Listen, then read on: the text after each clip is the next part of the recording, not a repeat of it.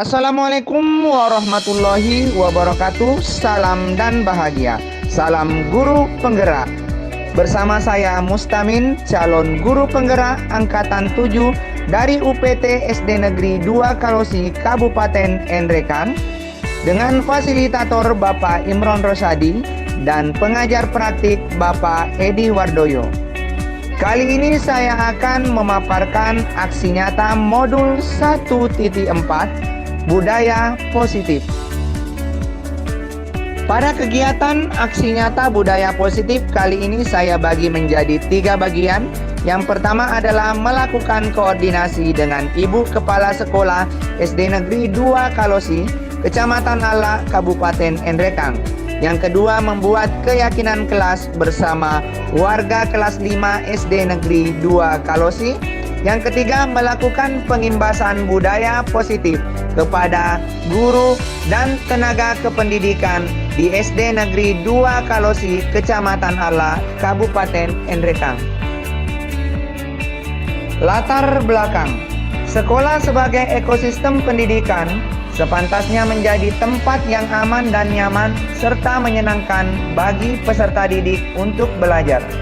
Sejalan dengan pemikiran Ki Hajar Dewantara bahwa tujuan pendidikan adalah menuntun segala kodrat yang ada pada anak agar anak mencapai keselamatan dan kebahagiaan yang setinggi-tingginya, baik sebagai manusia maupun sebagai anggota masyarakat.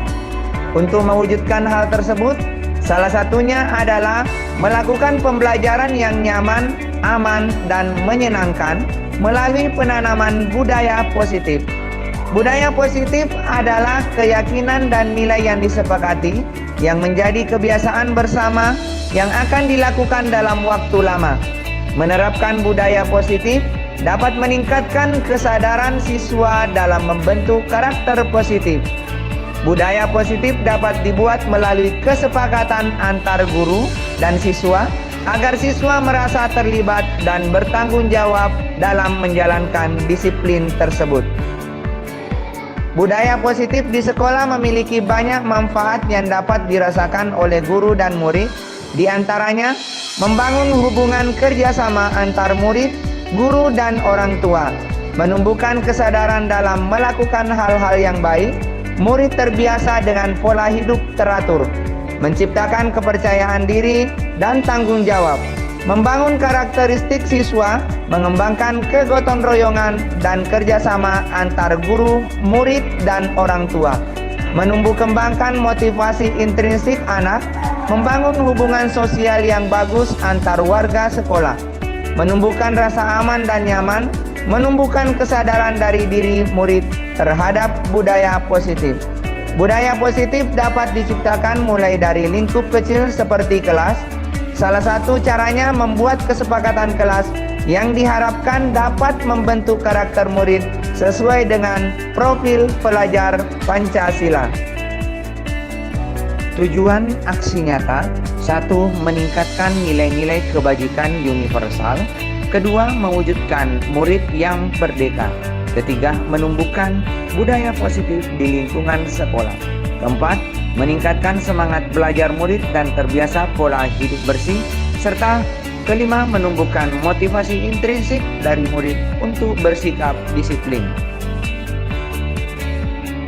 Lini masa tindakan aksi nyata: 1. Melakukan sosialisasi kepada kepala sekolah, rekan pendidik, peserta didik, dan seluruh warga sekolah terkait keyakinan kelas menuju budaya positif. 2. Memfasilitasi murid untuk membuat kesepakatan kelas. 3. Kesepakatan kelas yang telah dibuat ditandatangani oleh warga kelas, kemudian ditempel di dinding kelas. 4. Mendokumentasikan setiap kegiatan sebagai bahan untuk melakukan refleksi dalam mewujudkan profil pelajar Pancasila. 5.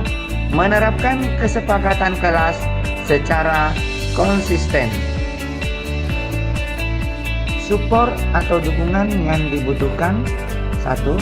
Dukungan dari kepala sekolah, rekan pendidik, dan peserta didik agar rencana tindakan aksi nyata budaya positif ini dapat terlaksana dengan baik.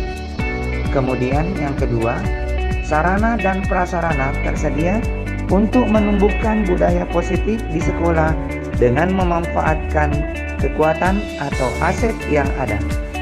Ketiga, dukungan dari orang tua dalam melakukan budaya positif di rumah. Berikut ini aksi nyata koordinasi dengan kepala sekolah.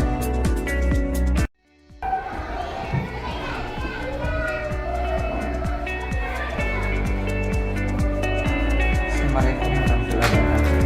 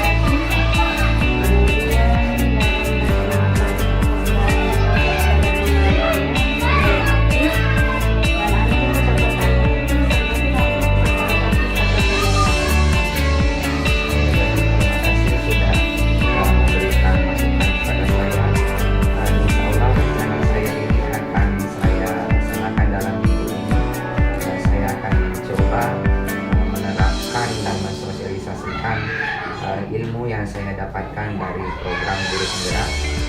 Saya hanya meminta dukungan dari ibu kepala sekolah untuk memberikan pemahaman kepada teman-teman bahwa sosialisasi ini memiliki tujuan yang bagus sehingga nanti ke depannya sekolah kita akan bisa lebih meningkat dan memiliki visi yang lebih baik, dan berdasarkan budaya positif kita bisa kembangkan dari pemikiran-pemikiran kinerja Dewan Teknologi. Itu sebagai koordinasi dari saya.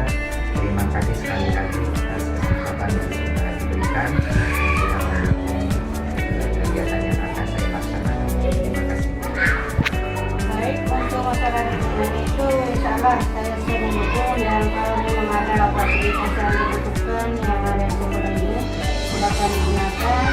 Nanti saya sampaikan sama teman-teman supaya dia turut membantu masyarakat dalam melaksanakan tugasnya. Terima kasih.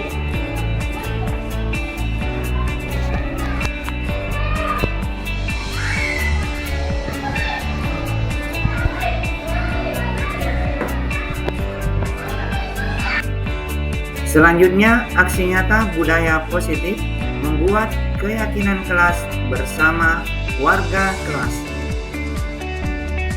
Assalamualaikum warahmatullahi wabarakatuh.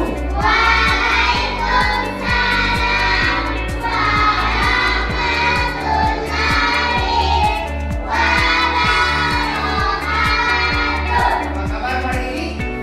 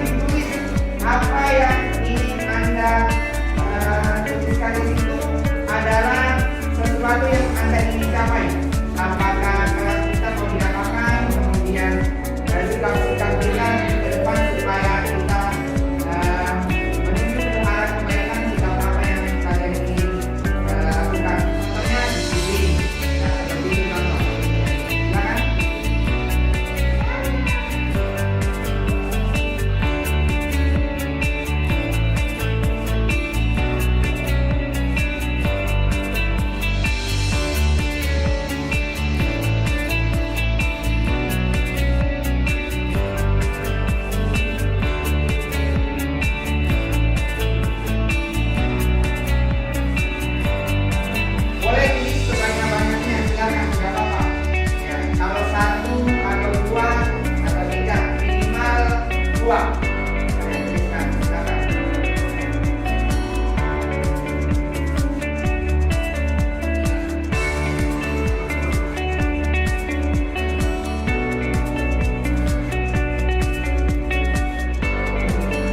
Pikirkan apa yang ingin Anda lakukan supaya lingkungan sekolah kita bersih. Itu nanti kesepakatan kalian harus laksanakan dengan baik. Kemudian semua yang Anda tuliskan di situ, kamu tidak perlu lagi hanya tinggal mengingatkan saja bahwa inilah kesepakatan keras yang kalian buat. Jadi saya tinggal bicarakan yang tidak menepati apa yang kalian buat, maka konsekuensinya seperti apa. Jadi anak-anak sekalian, saya harapkan betul-betul ditulis sesuai dengan keinginan kalian untuk menuju ke arah yang lebih baik.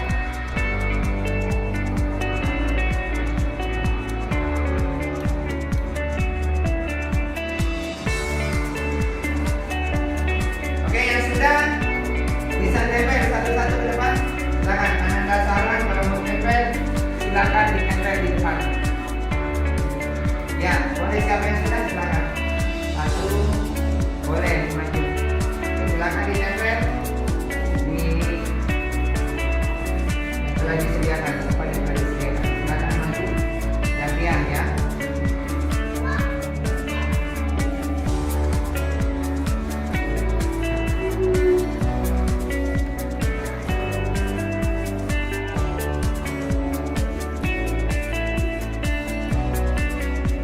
Anak maju.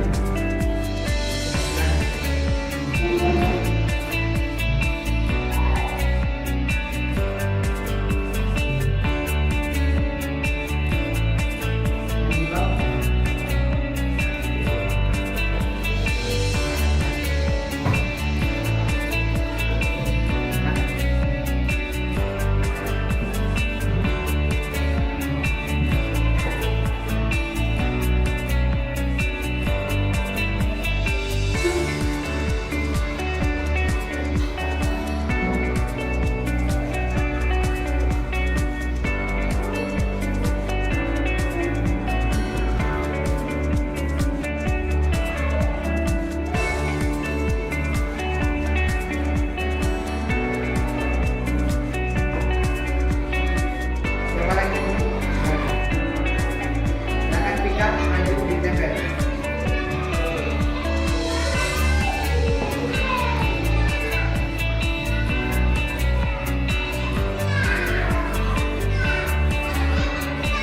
Oke, kita semua sudah menempel kesepakatan kelas. Jadi inilah yang nanti akan kita sepakati.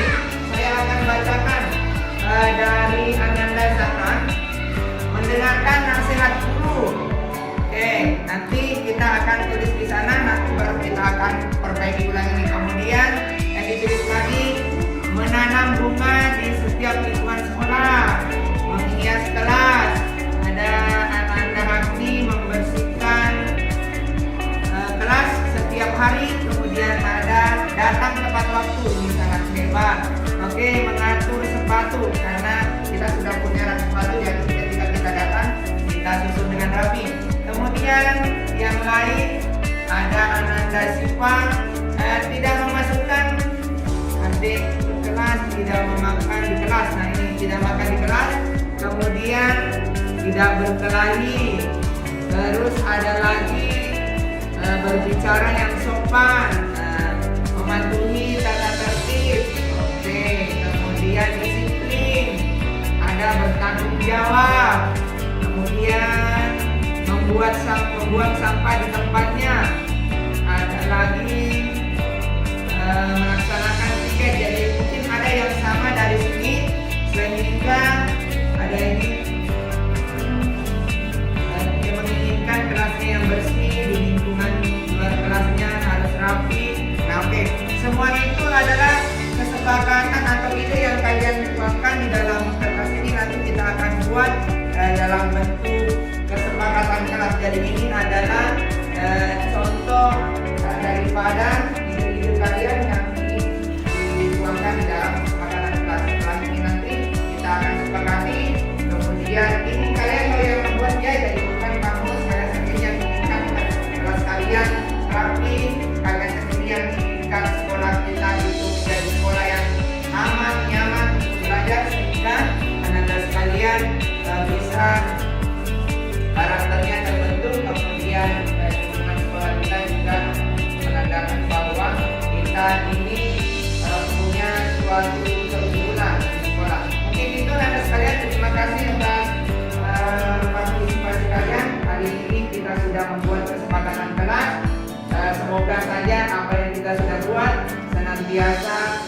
kita laksanakan dengan maksimal dan baik. Karena ini semua adalah bentuk daripada budaya positif yang akan kita kembangkan di sekolah kita, khususnya di kelas 5.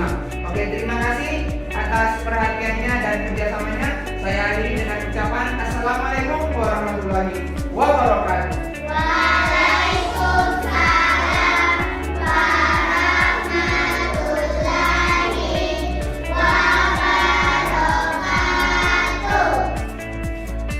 Berikut ini aksi nyata pengimbasan budaya positif.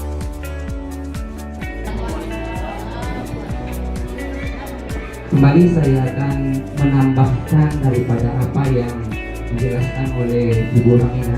Saya lagi karena ini sifatnya PowerPoint, jadi poinnya secara nanti saya akan jelaskan ini. Ini sebagai ilustrasi, ini adalah Dr. William Glaser yang lahir di Ohio, Amerika Serikat pada tahun 1925, meninggal kemarin 2013. Inilah yang menemukan posisi teori posisi kontrol. Nah, di dalam teori kontrol yang disebutkan, ini adalah seorang psikiater. Jadi di salah satu universitas di Amerika, dia menghabiskan masa tuanya mengabdikan diri dan menemukan teori kontrol ini. Dia mengatakan bahwa semua perilaku itu memiliki tujuan. Apakah itu perilakunya baik ataukah perilaku itu tidak baik.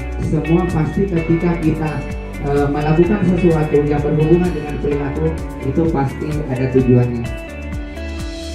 Selanjutnya, sebenarnya saya ingin mengajak Bapak Ibu sekalian untuk melakukan kegiatan ini dengan menutup atau mengepal telapak tangannya, seakan-akan kemudian dipejamkan matanya. Apa yang ada di telapak tangan Bapak Ibu sebenarnya adalah sesuatu yang berharga di dalam hidup. Jika kita ibaratkan itu adalah antara hidup dan mati, kita harus perjuangkan. Nah, kira-kira nanti kalau misalnya ada bisikan, ada menghardik, kemudian ada yang mengunjung kita untuk membuka telapak tangan ini, maka ada dua kemungkinan yang bisa kita lakukan. Apakah membuka telapak tangan itu ataukah tidak sama sekali, karena ini berhubungan dengan hidup kita, misalnya antara hidup dan mati. Ini sangat berharga. Misalnya saya memiliki emas di dalam ini untuk berobat ibu saya, seperti itu.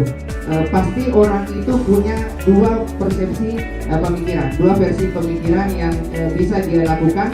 Yang pertama adalah dengan membuka atau dengan menutup. Nah, disinilah lahirnya posisi kontrol, bahwasanya yang mengontrol itu adalah diri kita. Jadi ketika kita misalnya apakah kita membuka ataukah kita mau menutup, itu tergantung dari naluri yang ada di dalam hati kita. Itulah tadi nilai-nilai kebajikan intrinsik yang muncul dari dalam diri kita. Oke, dan dulu saya lanjutkan.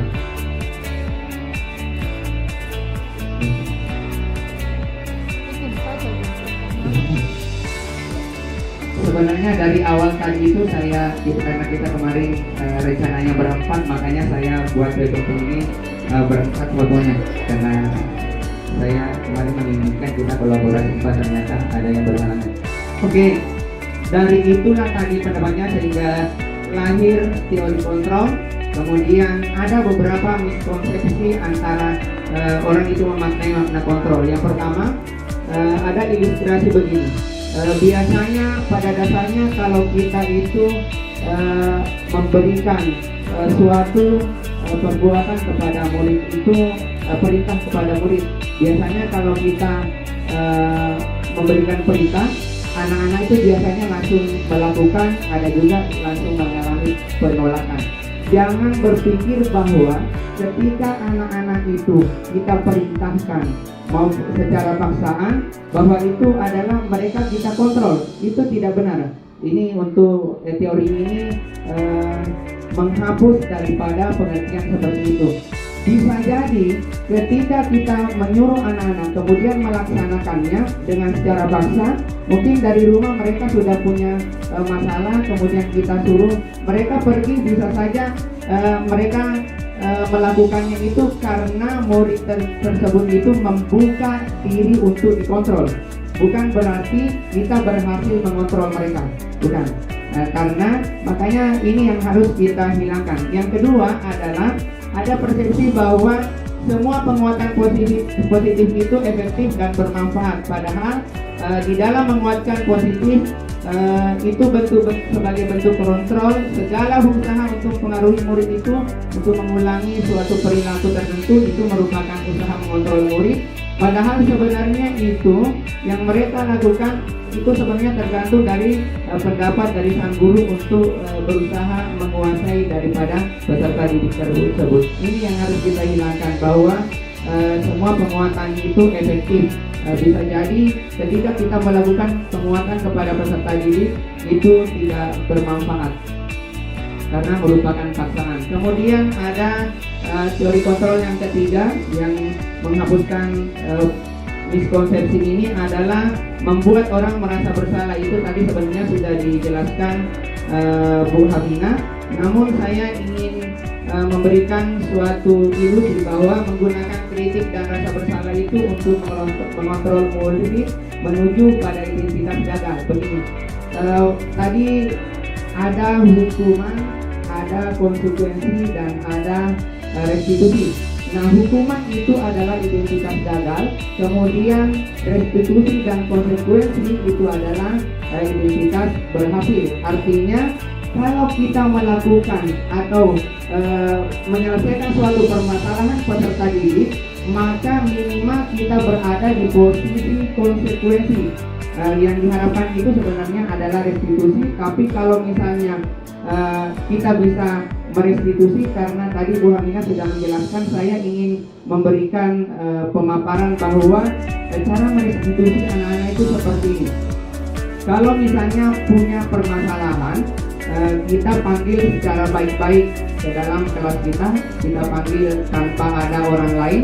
Kemudian langkah pertama yang kita lakukan adalah menguatkan identitas mereka.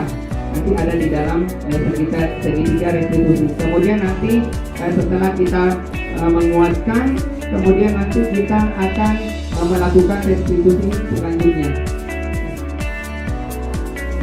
Ini tadi disiplin positif, budaya positif itu, disiplin positif ini adalah bagian daripada budaya positif. Jadi kebiasaan-kebiasaan yang kita lakukan itu adalah kebiasaan baik, itulah bentuk daripada wujud daripada budaya positif. Dan ada yang ingin saya memberikan persepsi bahwa budaya positif itu adalah paradigma yang harus diubah. Jadi ketika kita mau mengubah kebiasaan peserta didik itu kita tidak bisa secara langsung, akan tetapi itu melalui tahapan-tahapan. Sehingga yang perlu sebenarnya kenapa budaya positif ini hadir untuk mengubah paradigma kita, supaya ketika kita menerapkan suatu kebaikan-kebaikan itu, maka itu akan mengalami proses. Sehingga kita tidak bisa langsung hari ini kita mau terapkan, misalnya anak-anak mau berubah sikapnya disiplin, tidak bisa. Jadi itu berproses. Jadi budaya positif ini lahir daripada paradigma di Hajar Dewantara, sehingga mereka ini diharapkan peserta didik kita itu karena kebiasaan kemudian kondisinya, sehingga mereka nanti akan berubah. Dan itu nanti lahir dari dalam diri mereka, bukan paksaan. Karena tadi sudah dijelaskan bahwa ada nilai-nilai kebajikan yang ada di dalam diri manusia itu di bawah sebelum lahir. Sehingga kalau bukan dengan dari dalam diri kita melakukannya suatu kebaikan-kebaikan itu, maka itu nanti karena banyak faktor dari eksternal yang bisa mempengaruhi daripada nilai-nilai itu, sehingga kita ini harus membiasakan. Jadi pembiasaan itu yang kita bisa lakukan. Oke, kalau berbicara masalah disiplin itu, kalau saya hilangkan ini positifnya hanya disiplin saja, itu bisa bermakna hukuman, bisa bermakna konsekuensi, bisa bermakna restitusi. Tapi kalau sudah positif, berarti itu sudah pasti antara konsekuensi dan restitusi. Mungkin itu. Selanjutnya di dalam budaya kita itu disiplin dimaknai suatu yang dilakukan seseorang pada orang lain untuk mendapatkan kepatuhan. Jadi ketika kita mendisiplinkan orang itu, otomatis yang mereka lakukan itu adalah bentuk daripada kepatuhan. Saya lewati ini sudah dijelaskan tadi, perbedaannya juga sudah. Kemudian ini contoh hukuman. Saya ingin karena berkata, kira-kira kalau mencatat 100 kali anak-anak punya kesalahan, kemudian disuruh mencatat 100 kali di dalam buku kalimat yang menyatakan bahwa saya tidak terlambat lagi, ini merupakan hukuman atau konsekuensi? Iya, ini merupakan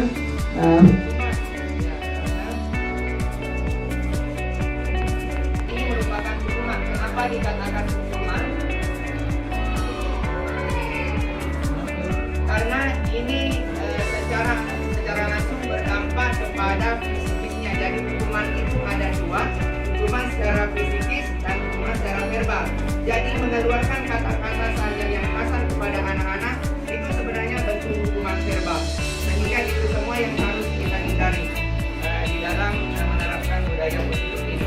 Kemudian membersihkan coretan yang dibuatnya di meja tulis. Ini sebenarnya adalah konsekuensi karena ketika siswa itu melakukan suatu kesalahan yang dia sudah tahu bahwa itu tidak baik, ya misalnya, dan bisa dilakukan pembenahan, maka itu masuk di dalam kategori konsekuensi. Selanjutnya restitusi tadi sudah dijelaskan juga. Saya ke keyakinan kelas. Nah, di dalam membuat keyakinan kelas ini sebenarnya kita mempersilakan kepada siswa. Jadi keyakinan kelas itu bisa diubah di sini menjadi keyakinan sekolah. Nah, keyakinan sekolah yang bisa kita lakukan itu adalah aturan itu berlaku untuk kesepakatan, bukan aturan. Kesepakatan itu berlaku untuk sekolah. Kalau di dalam kelas yang kita lakukan di peserta didik kita seperti ini caranya. Kita curah pendapat namanya. Curah pendapat antara siswa dan guru. Guru hanya memfasilitasi saja, tidak memberikan bahwa kalian mau melakukan seperti ini, tidak. Jadi kita hanya memberikan gambaran bahwa sekolah kita atau kelas kita mau dijadikan seperti apa ke depannya. Kemudian sikap-sikap kalian mau dijadikan seperti apa. Nah, disitulah mereka nanti akan menuliskan semua sikap ataukah aturan-aturan yang bisa disepakati, sehingga itu bukan paksaan, jadi bukan dari guru, tetapi itu dari siswa sendiri. Itu namanya curah pendapat. Setelah kita melakukan curah pendapat, para siswa tadi menuliskan di sebuah kertas, kemudian nanti mereka tempelkan. Nah, di dalam nanti membuat, ketika kita mau memfinalkan keyakinan kelas itu, kita tidak boleh menggunakan kata-kata negatif. Misalnya saya kasih contoh, tidak membuang sampah sembarangan. Nah, itu kan negatif. Tidak, lingkaran. Kalau di dalam matematika, buanglah sampah pada tempatnya. Seperti ini lagi, kalau misalnya tidak boleh datang terlambat, berarti datang tepat waktu. Seperti itu. Jadi nanti ketika kita sudah mau final, maka jadikanlah keyakinan kelas itu dalam bentuk positif. Itu yang dimaksud. Karena kenapa? Kalau kita menggunakan kata-kata negatif, maka anak itu dalam posisi memposisikan dirinya, di dalam dirinya itu akan timbul bahwa tidak, kata tidak itu memang tidak perlu di dalam ilmu kedokteran itu tidak perlu diberikan kepada anak-anak, karena itu akan membuat dua persepsi jawaban dari anak-anak, sehingga kepercayaan diri atau kebaikan-kebaikan yang ada di dalam dirinya itu tidak akan keluar secara jelas, sehingga mereka susah untuk berubah. Meskipun sudah dilakukan itulah, sekarang itu kalau kita misalnya sudah larang, diulang lagi, sudah larang, makanya diperhatikan kalimat-kalimat kita pada saat memberikan kalimat kepada anak kita atau peserta didik kita. Oke, itu setelah itu ditinjau kembali, kemudian dibuat jadi keyakinan kelas. Oke, selanjutnya tadi sebenarnya sebelum restitusi itu adalah ada kebutuhan dasar manusia. Anak-anak melakukan kesalahan itu ada dasarnya. Bisa jadi antara kelima kebutuhan dasar ini tadi itu ada yang tidak terpenuhi. Ada yang tidak terpenuhi antara salah satu kelima kebutuhan dasar ini. Tadi sudah dijelaskan bahwa kebutuhan dasar untuk bertahan hidup itu semua saya tambahkan tadi adalah kebutuhan biologis. Kebutuhan biologis itu termasuk di dalam kebutuhan untuk bertahan hidup. Di dalam reproduksi kita kan harus bereproduksi supaya bertahan hidup. Nah, sehingga dimasukkan kebutuhan yang bersifat biologis. Nah, kemudian di antara yang ketiga ini, antara penguasaan, kasih sayang dan kesenangan itu kesemuanya berkaitan dengan psikologis atau perasaan. Oke, selanjutnya untuk yang kebutuhan kasih sayang, saya hanya ingin menambahkan bahwa kebutuhan ini meliputi keinginan untuk dianggap berharga. Jadi terkadang anak-anak itu jahil sama temannya. Mungkin pada saat seperti ini misalnya dia tidak membawa makanan dari rumah, dia mengambil makanan temannya. Jadi kita harus sebenarnya menganalisa apa penyebab daripada anak ini mengambil makanan temannya.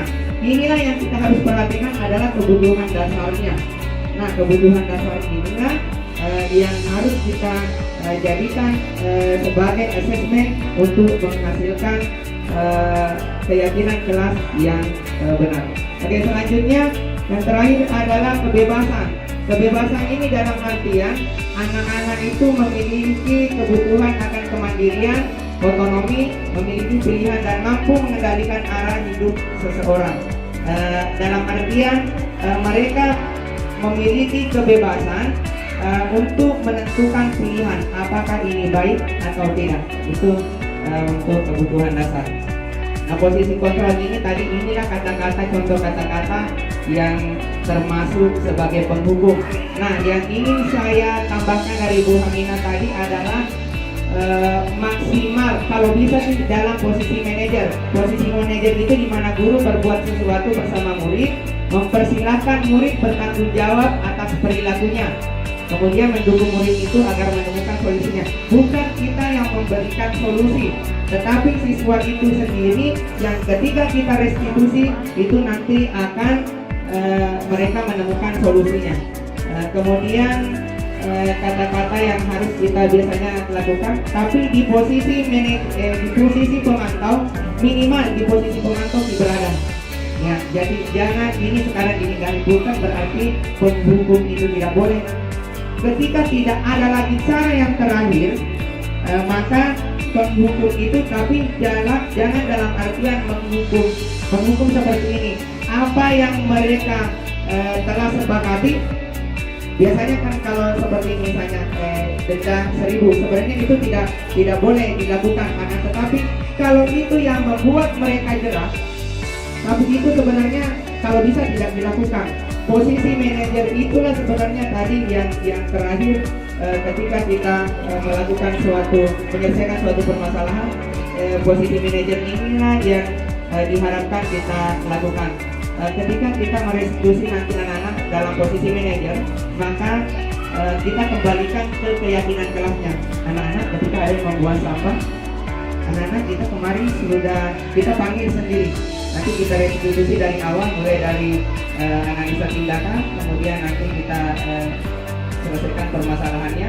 Nah, kata-kata inilah yang harus kita berikan kepada mereka. Nah, misalnya kemarin kita sudah melakukan membuat keyakinan kelas. Apakah kamu yakin kalau misalnya melanggar tadi membuang sampah sembarangan?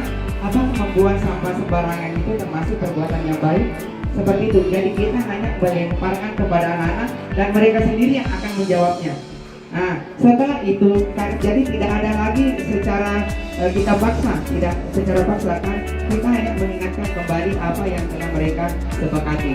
Nah, kemudian saya lanjut. Inilah akhir dari kegiatan budaya positif, yaitu segitiga restitusi. Nah, di dalam merestitusi yang pertama yang kita lakukan adalah menstabilkan identitas. Anak-anak itu ketika bersalah ada dua kemungkinan nanti yang menjadi pikirannya adalah saya ini mau diapakan sama Bapak Ibu guru yang memanggil saya. Apakah karena pasti mereka sudah bersalah dari sejak itu mereka sudah bersalah karena sudah melakukan tindakan yang melanggar daripada tata tertib sekolah. Kemudian cara menstabilkannya kita tanya baik-baik yang seperti dilakukan kemarin. Nanti kalau misalnya Bu Hamina mau tayangkan videonya bisa. Yang dilakukan pertama kali itu mengambil kemudian menanyakan kepada anak-anak apa yang telah kalian lakukan tadi. Setelah itu kita menguatkan dulu, menstabilkan identitasnya namanya. Jadi kalau misalnya mungkin dalam keadaan emosi tadi barusan berkelahi, sehingga kita memang harus menstabilkan kondisi anak tersebut. Kemudian setelah itu kita sudah stabil, baru kita melakukan validasi tindakan. Cara memvalidasi tindakan yaitu dengan memposisikan diri kita sebagai guru seperti ini. Sebenarnya yang kalian lakukan itu, yang sudah dilakukan itu adalah perbuatan salah, karena tadi kan sudah menguatkan di bawah, sudah menstabilkan suasananya. Jadi Bapak dulu juga pernah melakukan seperti itu. Akan tetapi kita di sini bertemu untuk menyelesaikan dan mengambil suatu solusi atau menemukan suatu solusi supaya tindakan ini tidak terjadi lagi. Seperti itu untuk validasi tindakan. Kemudian menanyakan keyakinan kelas. Seperti ini, keyakinan kelas apa yang telah kita sepakati. Kemudian kamu ingin menjadi orang seperti apa. Nah, di sini dia akan membangun kepercayaan dirinya untuk kembali kuat setelah tadi mereka berkelahi dalam posisi yang tidak benar. Setelah kita stabilkan, kemudian kita validasi. Nah, disinilah kita kuatkan sehingga tidak ada paksaan. Nanti dia sendiri yang akan menjawab.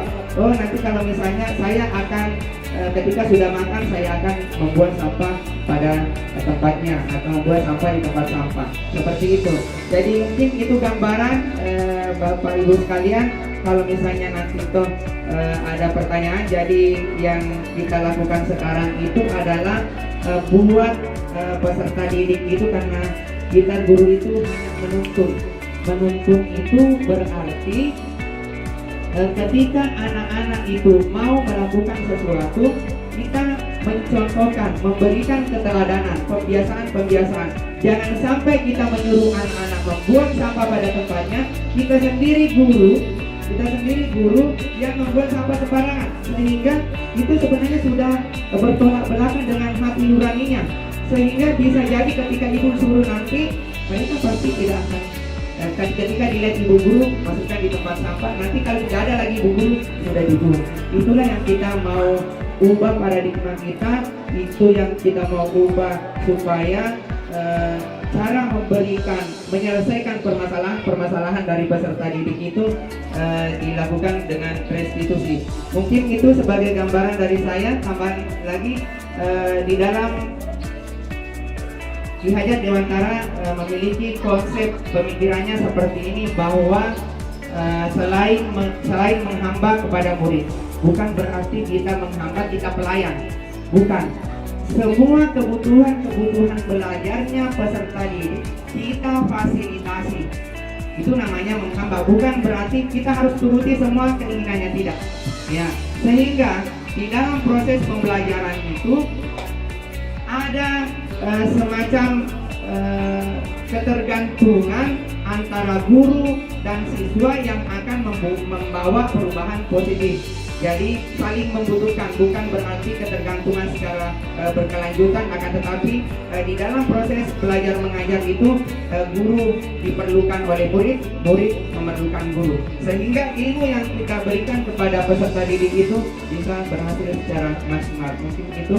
Terima kasih atas kesempatan. Saya sangat berterima kasih kepada Ibu Kepala Sekolah mewakili dan guru-guru hebat yang ada di SD 112 Belaje, karena sudah memberikan kami ruang untuk belajar dan memberikan sedikit ilmu yang sudah kami pelajari. Bukan berarti kami hebat di sini, akan tetapi kami hanya lebih dulu mempelajari. Insya Allah Bapak Ibu guru yang hebat, nanti ketika Bapak Ibu nanti lolos di dalam seleksi calon guru penggerak, maka Bapak Ibu akan juga mengalami seperti ini, dan kami insya Allah akan siap ketika kami dipanggil untuk mendengarkan apa yang dipaparkan Ibu. Terima kasih karena hidup itu saling memberi dan saling menerima.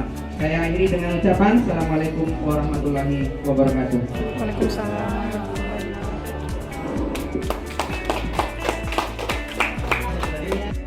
Berikut tanggapan dari peserta didik. Assalamualaikum warahmatullahi wabarakatuh. Hai, perkenalkan nama saya Amelia, siswa kelas 5 Sekolah Dasar Negeri 2 Kalosi, Kecamatan Aula, Kabupaten Mendatang, Provinsi Sulawesi Selatan. Selama kami mengajar di kelas 5 Sekolah Dasar Negeri 2 Kalosi, sudah banyak nilai-nilai kebajikan yang telah diajarkan kepada kami dan kepada seluruh siswa pada umumnya. Kami warga kelas 5 Sekolah Dasar Negeri 2 Kalosi bersama Pak Ustami dalam membuat keyakinan kelas.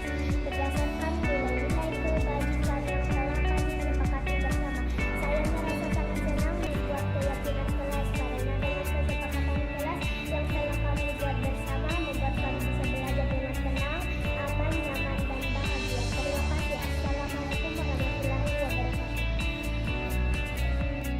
Berikut tanggapan dari rekan pendidik. Bismillahirrahmanirrahim. Assalamualaikum warahmatullahi wabarakatuh. Perkenalkan, saya Andi Roslan, guru kelas 6 UPT SD 2 Kalosi, Kecamatan Allah, Kabupaten Nrekan. Rekan kerja Pak Mustamin yang merupakan calon guru penggerak Angkatan 7 Kabupaten Nrekan.